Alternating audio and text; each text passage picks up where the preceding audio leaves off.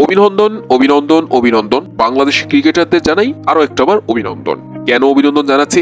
কারণ টি-20তে বাংলাদেশি প্লেয়াররা নিজেদের ভ্যালুটা এত পরিমাণ বাড়িয়েছে, যার সুবাদে আইপিএল এর মতো টুর্নামেন্টে বাংলাদেশি একজন প্লেয়ারও সুযোগ পায় নাই। তো অভিনন্দন তো জানাতেই হবে বাংলাদেশি প্লেয়ারদের। হ্যাঁ, এখন অনেকেই বলবে বা বলছে যে বাংলাদেশের ম্যাক্সিমাম প্লেয়ারদের তো নামই উঠানো হয় নাই নিলামে, তো আইপিএল এর দলগুলো বাংলাদেশি প্লেয়ারদের কিনবে কোত্থেকে? তো এই কথার উত্তরটা শোনেন, বাংলাদেশি প্লেয়ারদের নিলামে উঠাবে কেন?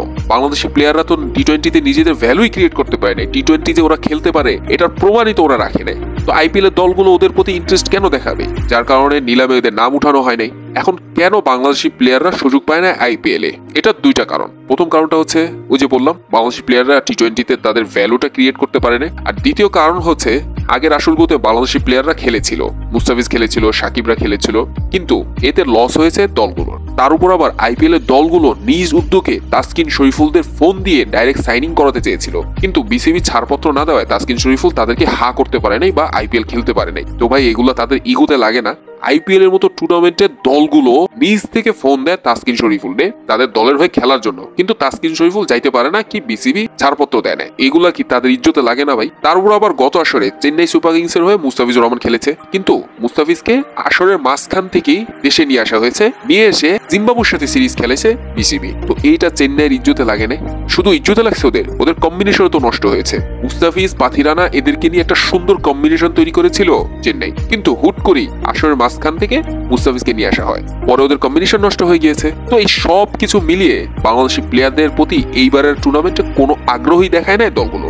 আইপিএল এর দলগুলো এমন প্লেয়ারদেরকে খুঁজে যাদেরকে দিয়ে ফুল টাইম সার্ভিস পাবে দলগুলো, কিন্তু বাংলাদেশি প্লেয়ারদের দ্বারা কি ফুল টাইম সার্ভিস পায় দলগুলো? দ্বিতীয় কারণটার চেয়ে প্রথম কারণটাই বেশি ইফেক্ট করেছে বাংলাদেশি প্লেয়ারদের সুযোগ না পাওয়ার ক্ষেত্রে, যে বাংলাদেশি প্লেয়াররা টি-20 খেলতে পারে না বা টি-20তে বাংলাদেশি প্লেয়াররা নিজেদের ভ্যালু ক্রিয়েট করতে পারে নাই।